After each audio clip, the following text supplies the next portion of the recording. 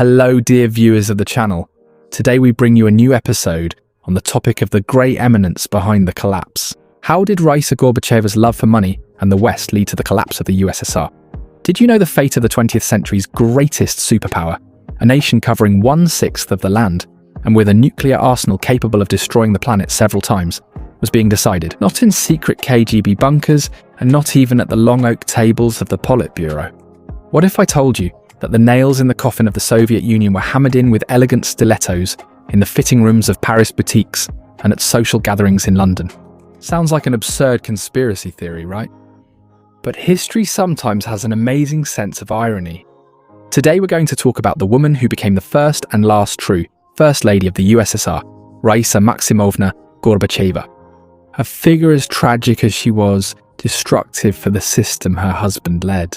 This topic is incredibly important today because it clearly shows how a catastrophic disconnect of the elite from reality, combined with a thirst for Western glamour, can destroy a state faster than any enemy army.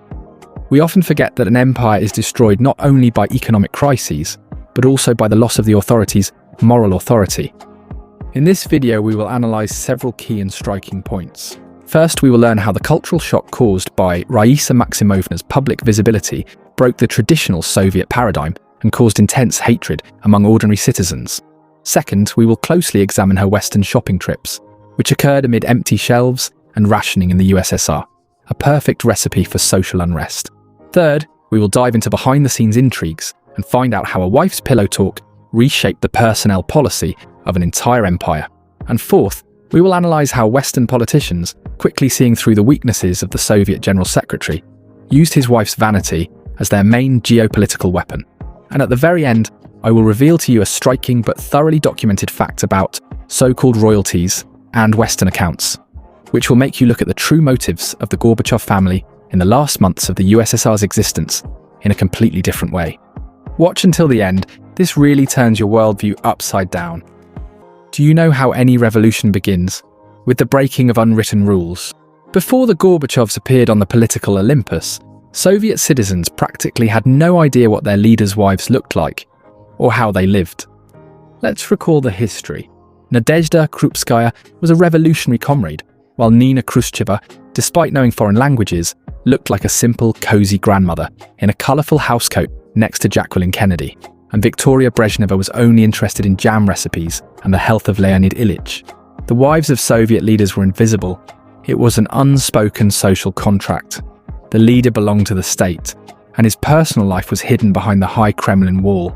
And then she appears on the scene, Raisa Maximovna Gorbacheva, a PhD in philosophy, a woman with impeccable hair, in elegant suits, with ambitions that even a minister would envy. Already in 1984, even before Mikhail Sergeyevich became General Secretary of the CPSU Central Committee, they went on a visit to London. It was there that Margaret Thatcher uttered her famous phrase that Gorbachev is someone you can do business with.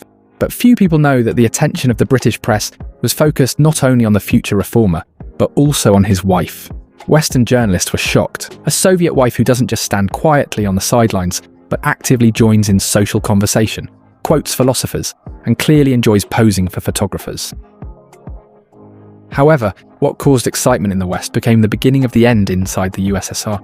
Imagine a Soviet citizen in the mid-80s. He turns on the TV, the Vremya program. And what does he see? He sees the General Secretary walking down the airplane stairs, and next to him, sometimes even half a step ahead, is his wife. She is always attentive, interferes in conversations, interrupts her husband, and gives advice to factory workers. This caused tremendous irritation. The cause and effect here is extremely simple. In the patriarchal, conservative Soviet society, where gender equality was declared on paper, but a strict men's club ruled in politics, an active and authoritative woman was perceived as an anomaly. People began whispering and using hurtful nicknames. She was called the Tsarina and Madam. Jokes spread that RM Gorbacheva, not the CPSU Central Committee, ruled the country. Here's an interesting historical anecdote.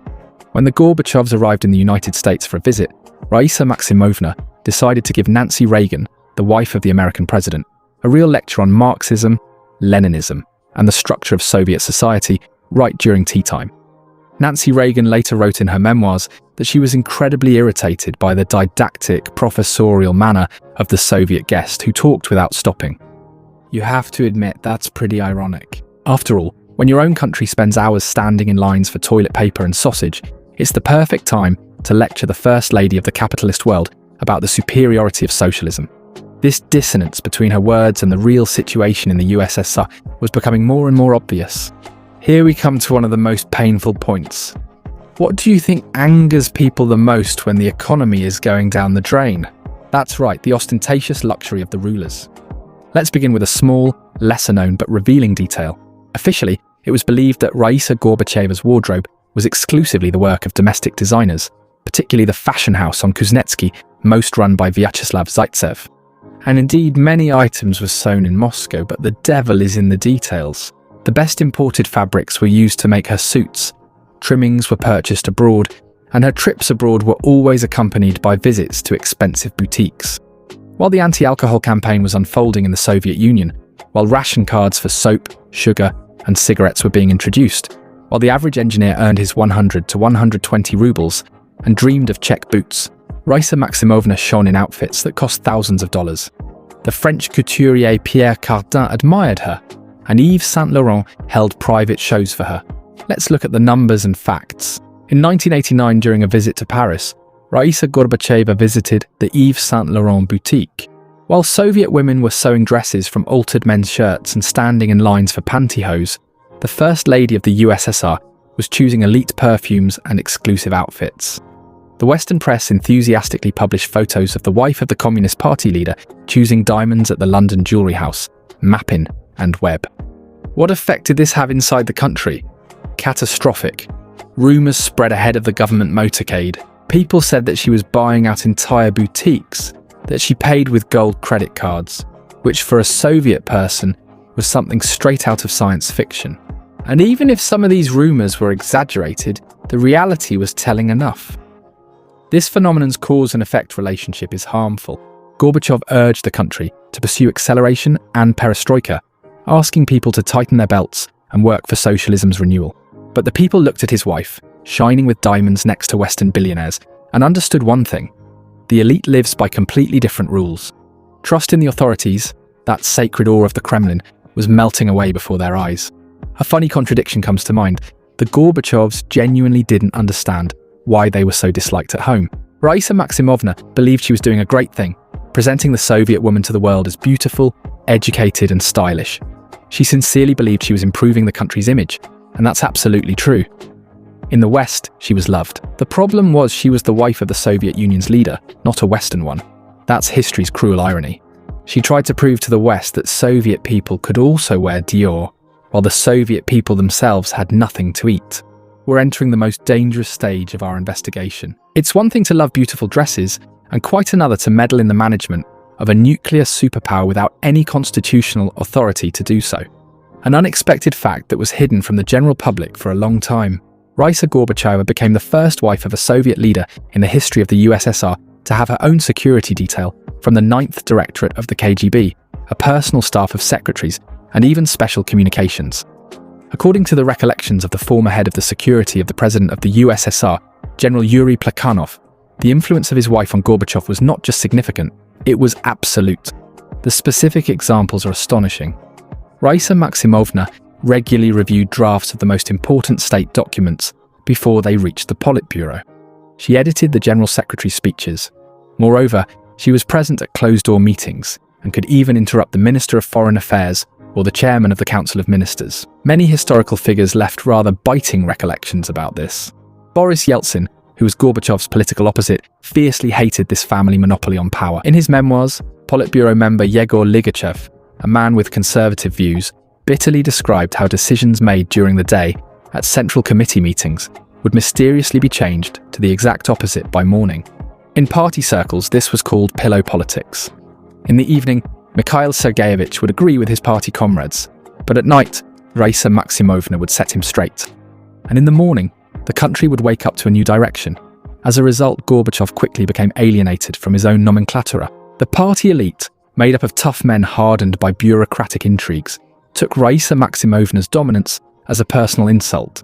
They were willing to obey the General Secretary, but they absolutely refused to obey his wife. This destroyed the unity of the ruling elite. When the State Committee on the State of Emergency struck in August 1991, one of the unofficial but powerful psychological reasons for the betrayal by Gorbachev's closest circle was precisely the accumulated hatred toward this family duo. Here's an interesting anecdote from the corridors of power. Once, at the government dacha in Foros during a vacation, Raisa Maximovna began scolding the KGB officers for arranging the lounge chairs incorrectly and not serving the tea properly. Big, tough men, the elite of the security services, were forced to listen to the whims of the lady as if they were not state security officers, but serf servants. Is it any wonder that at a critical moment, these very security services did not show much zeal in protecting their leader? The irony of the situation is that a system built on the dictatorship of the proletariat ultimately obeyed the whims of a single woman with a background in philosophy. If you want to defeat your enemy, you don't necessarily have to fight him. Sometimes it's enough just to convince him that you are his best friends and shower his wife with compliments. This was the approach the collective West used with the Gorbachevs. A little-known detail: CIA analysts and psychologists from the US State Department quickly put together a psychological profile of the Soviet leader and his wife. They understood the key point now. Raisa Maximovna is incredibly vain. She loves being the center of attention. She craves recognition as an equal among the world's aristocracy, and she has complete influence over her husband. From that moment, a brilliant geopolitical game began. During their visits to the West, the Gorbachevs were received not just as leaders of a rival state, but as Hollywood superstars. The phenomenon of Garby-grabber-mania emerged. Lavish receptions were held for Raisa Maximovna, and she was awarded international prizes. In 1987, the British magazine Women's Own named her Woman of the Year. While at home, she was cursed by people waiting in line for pasta. In the West, she was celebrated. The cause and effect chain behind this flattery was fatal for the USSR. Surrounded by luxury, admiration, and endless applause from Western leaders, Mikhail and Raisa Gorbachev lost touch with reality. They began to think that the smiles of Ronald Reagan, George Bush Sr. and Helmut Kohl meant genuine friendship. Raisa Maximovna, enamored with the Western way of life, with comfort, with European culture, subconsciously or perhaps even consciously, pushed her husband to make more and more concessions in international negotiations. Why cling to the Warsaw Pact? Why hold on to the GDR? After all, if we give everything away, they will love us even more. We'll get even more awards and we'll be invited to dinner with the Queen of England again. Let me give a specific example. In 1990, Gorbachev received the Nobel Peace Prize. It was a triumph in the West and meant absolutely nothing to the people of the USSR. At that time, miners' strikes were raging and the economy was in a state of clinical death. Raisa Maximovna was beaming with happiness at the award ceremonies. But the most surprising contradiction is that Western leaders, while patting Gorbachev on the back and admiring Raisa's outfits, were in no hurry to provide real loans to save the Soviet economy. They were buying geopolitical concessions with beads, flattery, and compliments. And the main admirer of these beads was the First Lady. This is truly a bitter historical irony. A great power was ceding ground not because it lost a war, but because its leaders wanted too much to be liked by their geopolitical opponents. They wanted to belong to the elite Western club. The guiding star on this path of capitulation was Raisa Gorbacheva's love of the good life beyond the Iron Curtain. To sum up, let's put all the pieces of this puzzle together. Raisa Maximovna Gorbacheva did not destroy the Soviet Union on her own. That would be an unscientific exaggeration. The economy was stagnating, national conflicts were smouldering, and the system demanded reforms.